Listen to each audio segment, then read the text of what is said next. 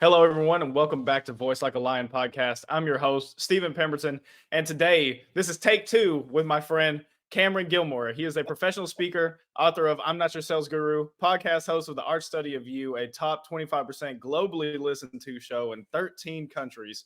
He is best known for building a company from zero to 34 million, not 34,000, 34 million in 9 months.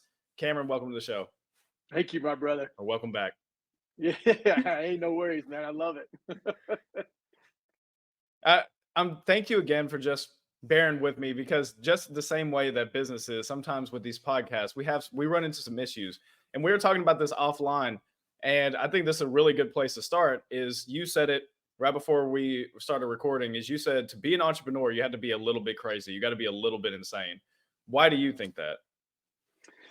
Man, you know, the biggest reason is because you can plan out and you can schedule out and you can go through all the checks and balances, all the do's and the don'ts and everything. You prep as best as you can. But at the end of the day, things happen, right? Entrepreneurship, what happens is there's this eco space in the universe that says you think you want to be an entrepreneur, so let's see how much you really want to be an entrepreneur. And it's inevitable. Like things will come up and stuff doesn't work, or missed assignments and missed deals, or this doesn't, and it just all seems to fall apart when within the first little bit of starting a business, wanting to get into a business. Or the other side of it is like you have a really good idea, you want to go become into business, and then all of a sudden a raise comes, a promotion comes, a new job offering comes, and you're like, well, maybe I should turn to this because it's what I've been looking for. And to become an entrepreneur, you have to be a little psychotic in the brain, because not everybody will do or want to do what you want to do, which is totally fine. Entrepreneurship is definitely not for everybody. And so it takes the unrefined product, and you will fail, you will lose, you'll stay up, all hours of the night. It will bust you to your knees. It'll humble you very quickly, because to put yourself in a position to where you have freedom of choice, freedom of options. You are the author and director of your own life. That's not how the eco space was developed. Was everybody follows in line and everybody does their path, and it takes the crazy ones to say, I'm going to make my own path. So that's just been entrepreneur over the years that I've been somewhat trying to become the best version of myself. And it's just, I do that through the businesses that I've created and the businesses that I've failed at, and just keep doing it. See, I found myself very much in that same spot. I remember when I quit my job in 2020, I was up for a huge raise, and I had applied for different positions that were going to get me this raise, and I was a shoe in for them. And I saw my name fall through the cracks. And for just inexplicable reasons, I did not get those positions. And then one day I just remember walking in, I'd been running two different departments in this facility in East Texas. And I walk in and they had put another guy over this department. And the only reason he got the job was because he was so bad at his other job, he got demoted into that one. And I just remember being so frustrated and upset and just thinking, what is going on? And then I figured out why, because later on down the road, I mean, not much later, it was a couple of weeks later, God called me out of that job. And very much exactly what you just said. Mike Tyson, I think, says it best when he talks about just life in general, but I think it goes really well with business. As he said, everyone has a plan until they get punched in the mouth. And I just see it all the time, all over social media. Hey, you can make money doing this and you can make money doing that. Yeah, you probably can, but are you to sit there and bet everything on it? Are you willing to bet your whole life on it? Because, like you said, when you get punched in the teeth to the point where you have no teeth, are you willing to just keep getting up, keep trying again, keep moving forward? Because it is so easy when your Yeah, whole life is sitting there riding on you making a paycheck, making something happen. And when it doesn't happen, do you quit or do you keep going? man. Here's some. You brought up a point, right? Life doesn't start when it's good. Life starts when you have adversity in your life. That's the point of life. It's to learn and to grow. I had this conversation Yeah. with my son last night. one of my boys, he's studying. He's an electrician, and he's going to school, a trade school, to become a master electrician, and eventually he's going to become a journeyman, and he's going to own his own business one day. His goal is by the age of he's 22, by the age of 30, he wants to own his own company and run it. And he came to me and he's like, "Dad, I'm I'm having having this massive anxiety attack. I'm okay. I'm just super anxious and everything feels like it's coming down on me." And he goes, "Does it ever stop?" And I asked him a question. I said, "Why do you go to the gym?" And he goes, "To get stronger and to feel better." And I go, "No, you don't. That's a lie. That's the falsetto." Right? So that is going to the gym, right? To get stronger and to feel better. That's the falsetto. Those are everybody that you see. Those are, as my good friend Eric Thomas, Dr. Eric Thomas, the ET, the hip hop preacher, says, those the gazelles front like they're lions in the jungle. So you see all these people on the internet. You see all these people saying they do this. This is the new process, is drop shipping. You create Yep. this course. The AI does everything. You can make money in your sleep. That's the falsetto. So I go back to him and he goes, "What do you mean, Dad?" And I go, "You don't go to the gym to get stronger in the way you think, and you don't go to the gym to feel better. You go to the gym to fail. That's the whole purpose of it. The design of a 50-pound dumbbell is not to make you win, it's to make you fail. It's to understand at what point does failure happen. At what point are you going to write down this at this point, at this many reps, at this many sets, I failed. So you now have a benchmark. You now know where you're 100%. Giving 100% is when you fail. When you can't pick up that weight, that's 100%. So now you know where that new standard is. This is the new standard of 100%. In the process of failing, in the process of going through hurt, through pain, through anguish, through agony, through sore muscles, through sore brains, through soreness of mind, soreness of insecurities, and the soreness of not feeling good enough or not being like the person that's on the Instagram or on social media. In that process, you become stronger because you understand that 50-pound dumbbell no longer feels the same when you can do it 30 times. Let's say you're doing Yeah. curls. You can curl this thing 30 times. That does not have the same feeling as when you picked it up for the first time. But a 65-pound dumbbell now feels like the 50-pound dumbbell when you first initially picked it up. So I told my son, you go to the gym to learn what it's like to fail, to truly build yourself, to understand where that pushing point, where that breaking point is. Because once you understand that breaking point, that's the start. That's when you start. So have this mindset, right? I love this, the voice of a lion. That's what a lion does. A lion understands that, look, a lion sleeps 4 hours a day. I mean, it's only really not sleeps. It only is awake really like 4 to 6 hours a day. It sleeps the majority of the time. But when it gets up, it has clarity. It knows what it's doing. It knows that when it wakes up, every animal around it understands there is now a threat. And if they're the weakest one or if there's the slowest one, they are going to get devoured by the lion. So I tell my son, you understand the process of failing. When you understand that process, you now understand what it is like to be successful. You and I are the byproducts of failing and losing more than the person who is just starting. And Hmm. that's what people need to understand is you have to fail, you have to lose, you have to go, you have to just lose so much. And here's what you lose in the process. You lose friends that tell you you can't do it. You lose the negative thoughts that run through your head. This is too hard.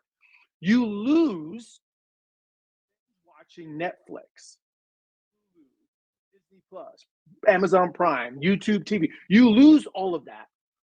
You lose watching shows that don't benefit you in this moment. But what you gain is clarity. You start reading more.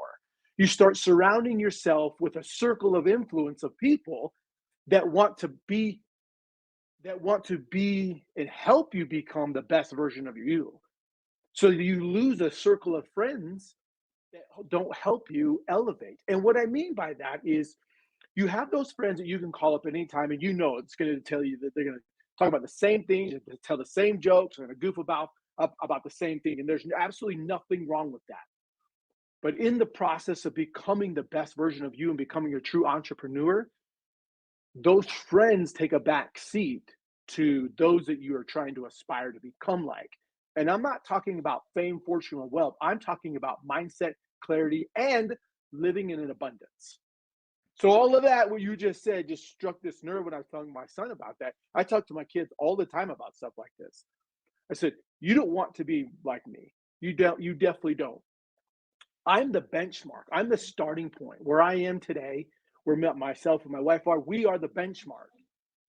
The personal development, the mindset, the reading, the training, the coaching, all of that, that's the benchmark. So now you know where the starting point is. Now you need to elevate past that. Yeah, I love that because there's so many things. Like for me, that's one thing I talk about all the time is the gym. I've always related the gym back to business because of the same reason. Now I didn't put it as elegant as you did, but I've always said it is people think, well, it's like, I'm just going to be successful as soon as I start this business. But if you were to walk into the gym and there was 315 loaded on the bar for you to do a bench press and you've never been in the gym in your entire life, and if you have been, you've been on the treadmill. Do you think it is actually feasibly possible for you to get on this bench and just do 315 for reps? It's not going to happen because unless you're just like literally godly gifted strong, because that's not how it works. You have to get the reps in. And the thing is the reps are hard, especially the ones when it's like I can't do another one. There's no more I can do, and you got to push yourself beyond what you think you can do.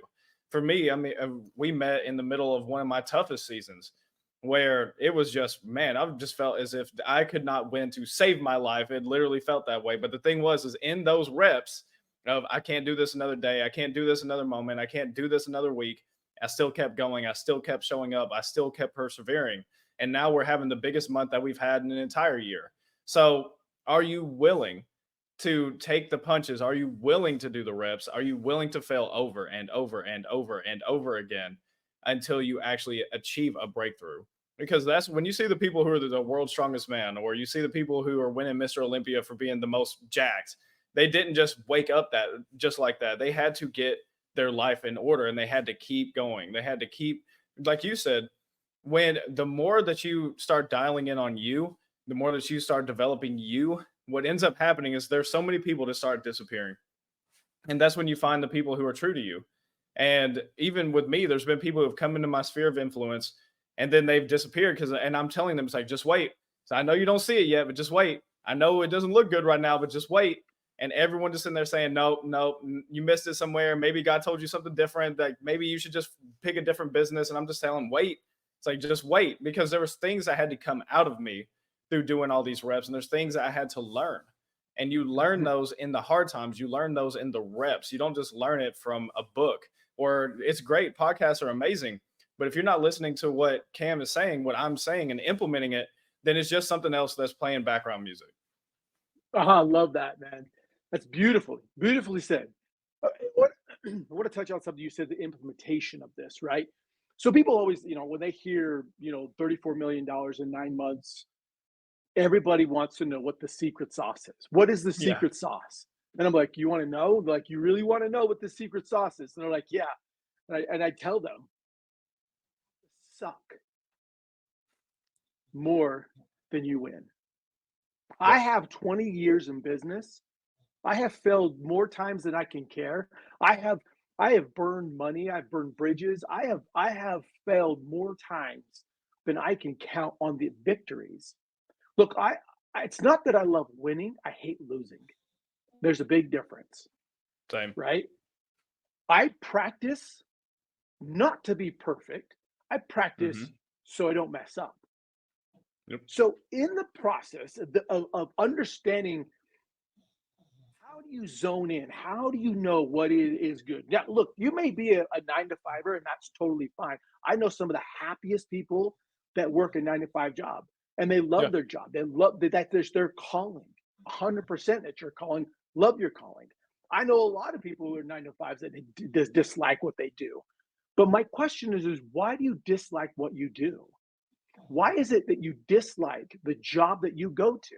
And here's the mind quandary, if you will, right? You hear all these people all the time. If you hate what you do, then move, right? Or if you hate what you do, change.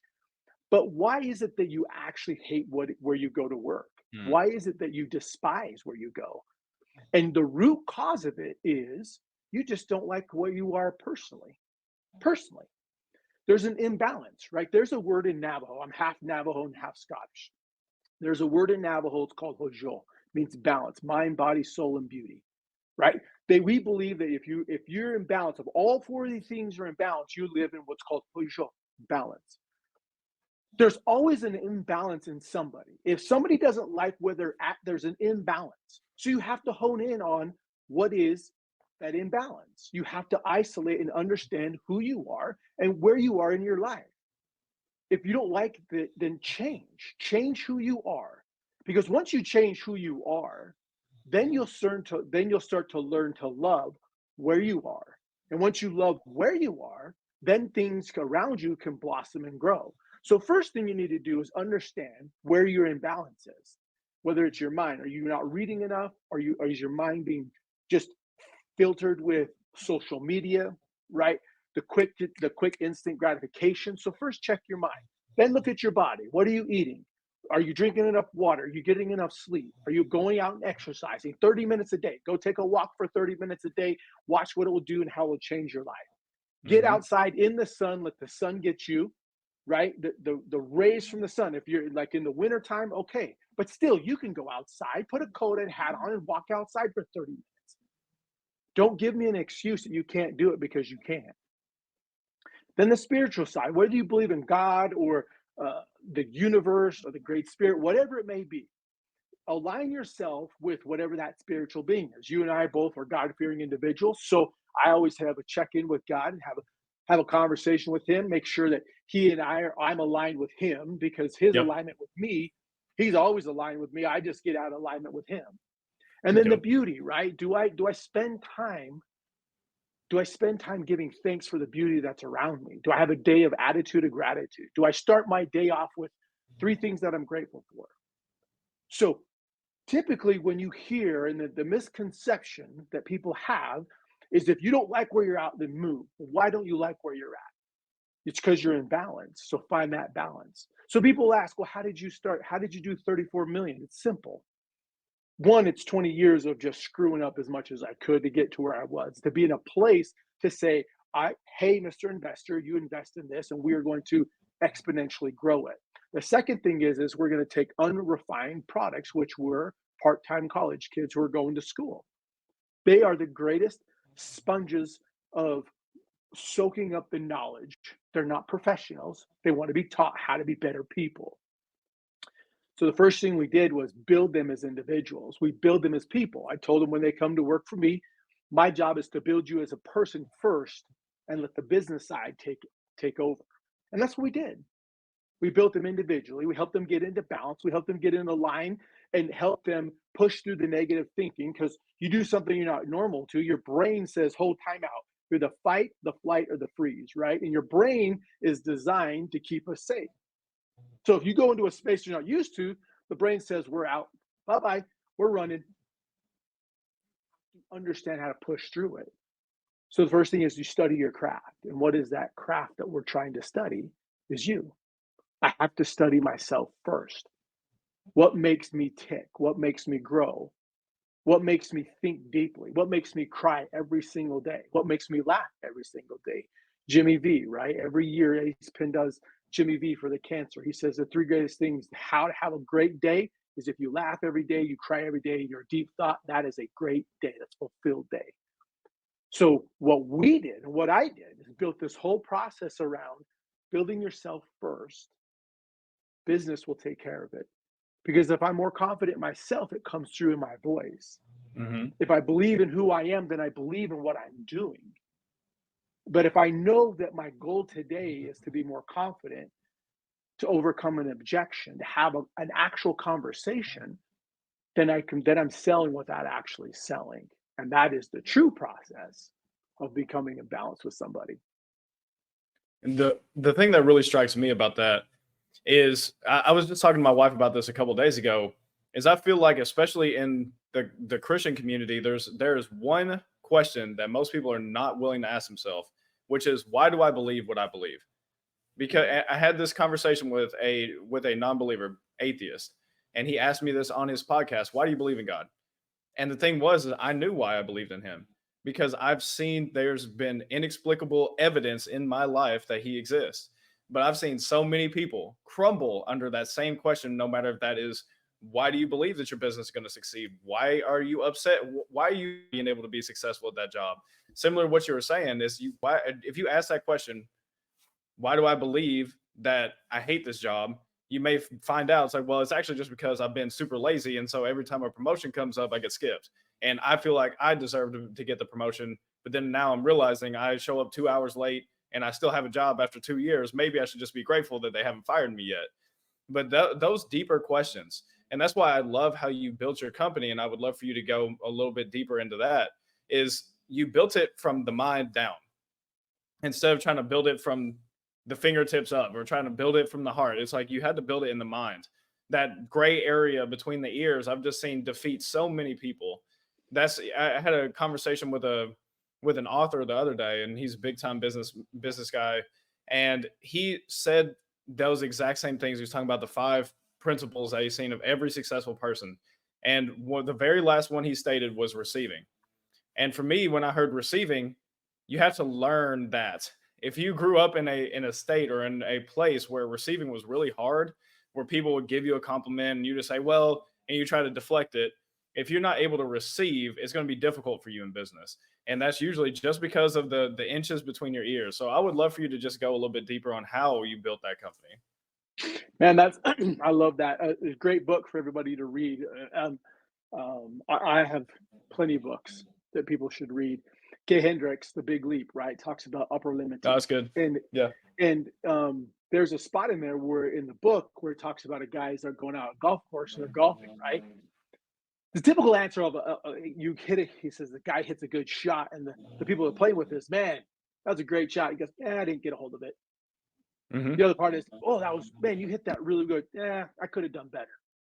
Right? It's the deflection, right? So this receiving. So it's this whole deflection portion that we're really good at. And I have been good at that, super good at that over the years, is deflecting. When someone says, hey, blind squirrel finds a nut every now and then, right? Yeah, even an idiot can win a race. But it's this constant negativity in the brain that we're conditioned to as a joke, or we're joking about it. A joke oftentimes told enough becomes a reality. Yeah. How can you just differentiate between a joke and a reality if you keep saying it over and over? Because I think it, I must be it, right? Think of that quote over and over. Because I think it, I must be it. And how much has that ripped and destroyed individuals? So when I built this company, I built it on the foundation of how fast could I replace myself and everything, right? A sales manager, customer service manager, tech, marketing, a whole nine yard. I had to replace me because I couldn't do them all. Yeah. And so when I was building this company, the first thing we had to do is replace who I was. And what I was is somebody that had to do all the training and the customer service, quality assurance, and listening, had to replace everybody. To do that, though, was to find individuals that embodied what I was looking for. So the first thing you do when you're starting a company is you need to sit down and write out, what does the CEO look like? What are the characteristics? What are they do? What do they do on a day-to-day basis? The second thing you need to write out is, what does a chief marketing officer do? What do they look like? What are their characteristics? How do they interact with the team? How do they interact with the individuals? The chief success manager, the chief. So you build about the top level people, what your top people, what do they all look like? Write them out. How do you interact with them on a daily basis? So you're writing it as if they've already created these individuals. They already there working with you. Once I did this, took me 2 weeks. I broke it all down. What did they all look like, and what I did. Every day I had a standing meeting with these individuals. Newsflash: I had just started the company. Had nobody in these positions, but I still held a daily meeting with them for 30 minutes. Tell me what you're going to do. Tell me what's on the agenda. Tell me what we're working with. Tell me this. So it was me having a conversation with myself. Funny enough, people don't know this, is I put a little mirror and I would look in the mirror and I would look away. Okay, chief marketing officer. Okay, chief success marketer. Okay, chief analytical. I'd have this conversation with me in my mirror because I had to put my brain in the position that I already had all of these people. So as we started hiring on people. The first thing we did was replace me in the sales department over the call center manager. So a good guy who had years of experience, he was going to school to become a teacher. So I said, hey, I brought him in and I sat him down. I said, listen, there's a job coming up. It's call floor manager. These are the characteristics that I'm looking for in a call cell manager. You have 40% of the 100% that I'm looking for. So here's what we're going to do. This was a Friday conversation. I said, you're going to go and talk to your wife, spend this weekend, and you're going to tell her, hey, I'm getting moved to call floor manager. I didn't ask them. I told them. This is another leadership tip. You don't ask people, you tell them. This is what you're going to do. This is why I'm putting you in this position. This is what I believe in you. And this is what I'm looking to accomplish with you and me working side by side. So I told him that. I said, and so Monday, this is what it starts. What it doesn't do, it gives you a title, but doesn't give you a raise. We're in a startup. So I can't give you a raise, but I can give you this title and I can give you these things to work through. As we build and hit these benchmarks, then we can work on. I will make sure that when the opportunity is to give you more money, I will pay you more money. That's very key because people think, well, if I get this new position, I should get more money. No, I'm putting you in this position to help grow. That's what we got to do. So then that was the first thing that we did. The next step was to set a process, was set a functionality that people knew what to do every single day when they came in. And it wasn't just open my computers, read the email, get the dialer ready, get the leads ready. No, it was you sit down and we had this Excel spreadsheet because we wanted to get the mind right. So the three things, what are three things that you're grateful for today? Your attitude of gratitude. So they wrote down the three things that we're grateful for every single day. Then what are the three things you want to work on today? Non-sales or non-customer service or whatever. What not related to any of that. No money, no monetary thing attached to it. None of that. What do you want to work on today? So if I was in sales, one of them was my tonality, right? When to increase the volume, when to decrease the volume, when to speak softly, Yeah. when to be loud and engaging. So we did these three things. What you're focusing on today. And I said, if you focus on these already positivity, things that we're already focusing on, you will understand. And you'll get to a point in the day. You're like, man, I did more today than I did yesterday. Right? Little wins is what we're going after. So we set up two 90-minute blocks. So we broke up. Ed Milet talks about this, having 3 work days into 1 work day. Right? These were young college kids who really didn't set goals and had no clue what to do on goal setting. So we said, listen, here's what we're going to do. We're going to break your day up into two major components. Are going to be 2 90-minute blocks. And these 90-minute blocks, you're going to turn everything off. Your cell phones, your email, anything that's a distraction, you're getting rid of. What you will keep on is Spotify. Some had YouTube, didn't have a Spotify account, but we left YouTube on. I'm like, all right. So what we need to do is for 90 minutes, you are going to completely focus on the task at hand. Whatever this task is, that is what you're focusing on. So particularly with sales, was your whole job is to get to this part in the script, right? When they got to a certain part of the script, then they knew that they were close to closing the deal. So the first thing we did what the hype music is, right? We put the brain in the state of winning already.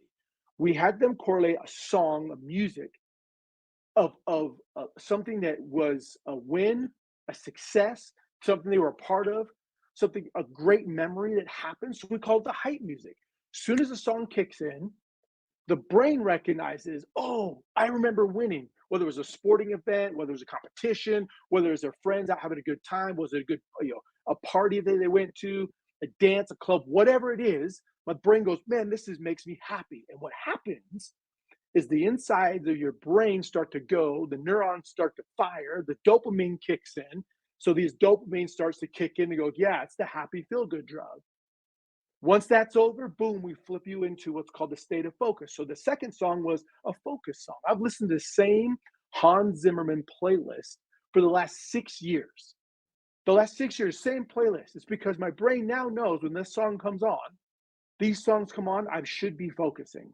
I should be focused on the task at hand. So guess what? Boom, flipped it on, call, they get in the zone, and for 90 minutes, we are putting them in a state where they completely focus on the task at hand. That's it. And that's how we build it. So we did that twice. Once they were done, then we told them we shut down, said, hey, we had a bunch of snacks. Go grab your phone, get a snack, go walk outside. You needed to leave, you needed to purge, you need to purge all that energy out. It's tough, man. It's really hard when you're focusing that long. It takes a lot out of you. You got to fuel up. So we got them to eat more, got snacks, drinks, whatever, decompress their brain.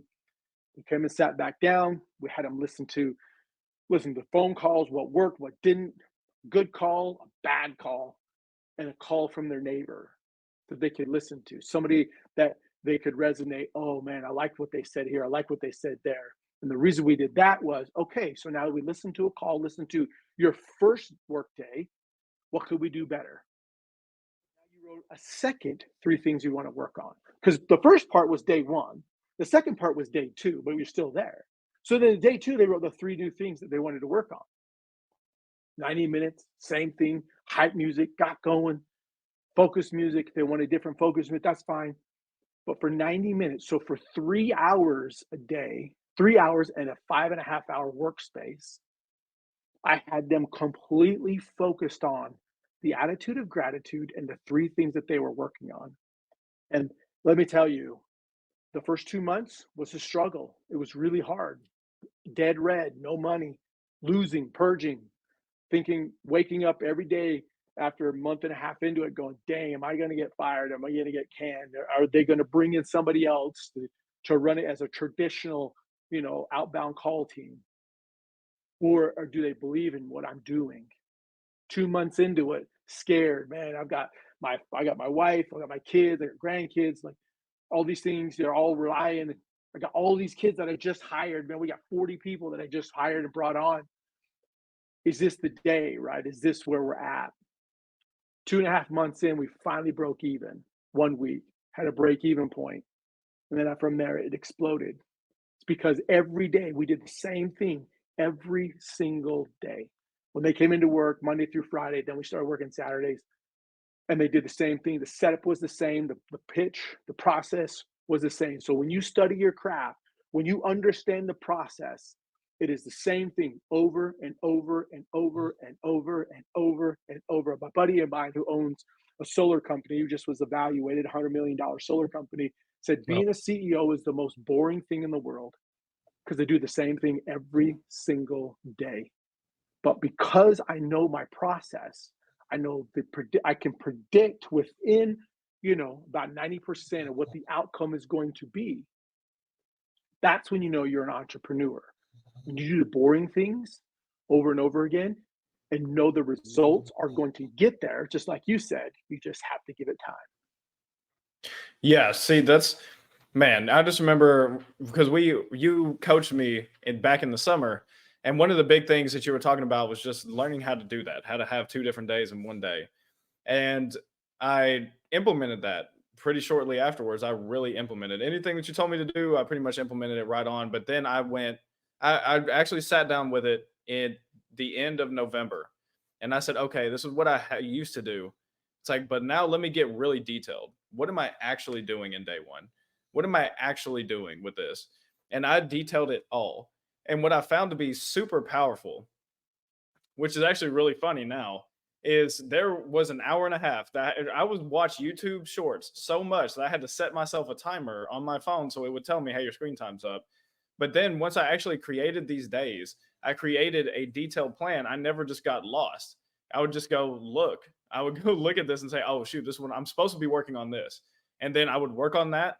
And if at the end of that block I wasn't complete with it, oh, well, moving on to the next thing.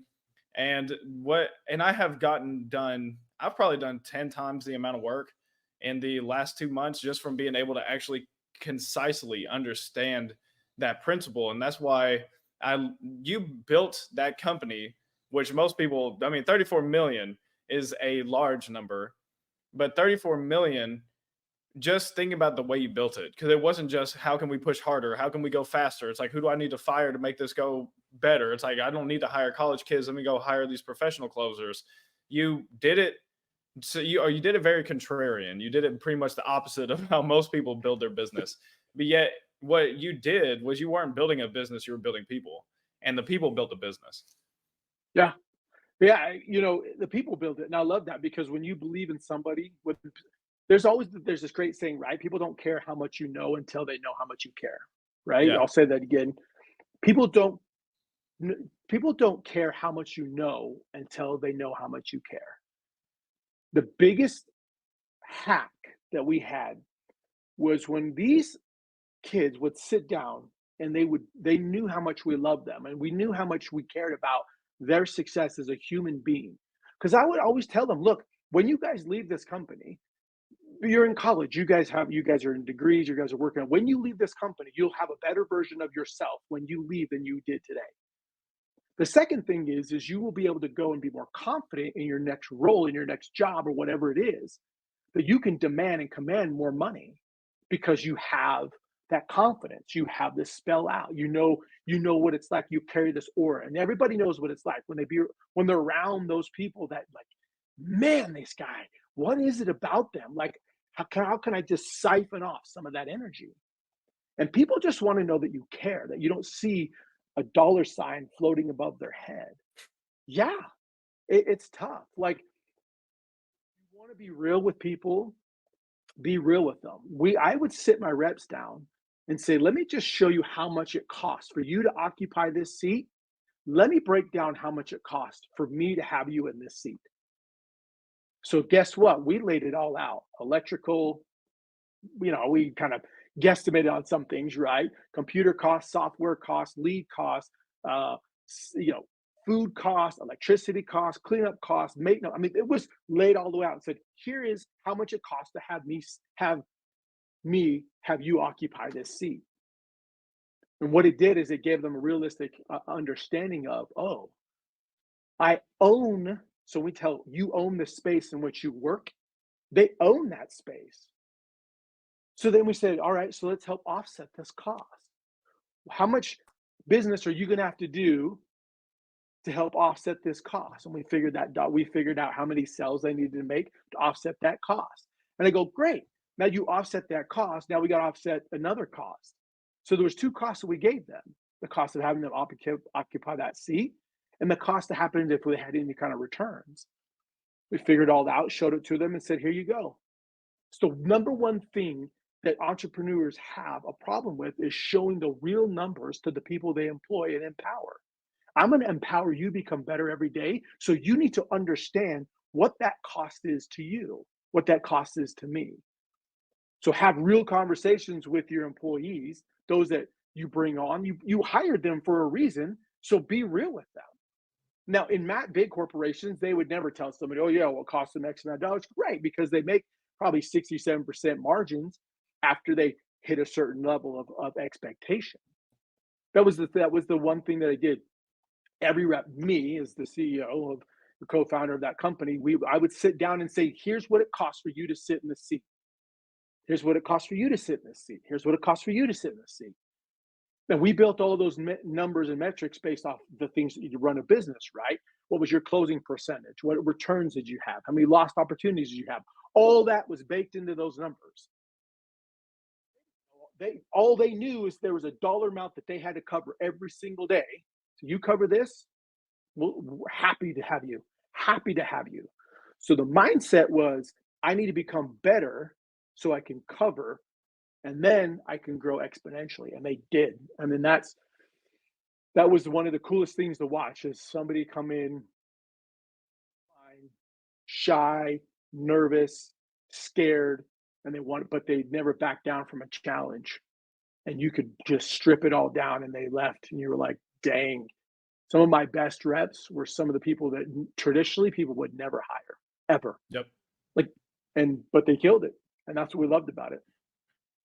So, Cam, this has been incredible. How can people find out more about you, and how can they connect with you? Yeah. I mean, social media is, I love social media for that fact, Instagram, LinkedIn. I spend the most time, business wise. I mean, I spend it through LinkedIn. Just find me Cameron, underscore Gilmore. All my LinkedIn or Instagram, Facebook, TikTok, I'm at Cam underscore Gilmore. That's the best way to connect with me. Reach out. I'm an open book. Um, you have questions, just send me a question. I got no problem on this. Steve already has it, but I sent him the Yep. actual 90-minute block, um, the complete list that I did. And I built it all out. I sent it to him and said, "Hey, hand this out for free. Let people have it for free." Right? Acquired knowledge is a must, but unshared knowledge is wasted knowledge. Yep. That's yeah, and everything. So everyone listening, everything's going to be down in the description. And if you're watching this, it's in the description on YouTube. If you're listening to it, it's in the description on wherever you're listening to it on. And to end it off, Cam, tell me a funny story about you growing your company from 0 to 34 million. Dang, a funny story. That's a gosh. There are so many. Man, there are so many stories. I'll tell you this one. This is a pretty funny story. Um, Growing the company, I got on the phone. I would get on the phones a lot, right, and just do workout different things. There were a couple of times that I listened. I had the reps listening to me. I got off the phone and they were kind of sitting around, and I go, "That was a terrible call," and they're like, "Yeah, that call was horrible." I'm like, "You're telling me this is horrible?" Like, you guys just listen. I had a group of 10 people sitting around me on a speakerphone, and got off, and I was like, "That was horrible." And they're like, "Yeah." I'm like, "Let me take another call so I can redeem myself." The next call, it was even worse. 5 calls, and I sucked at every single one of them.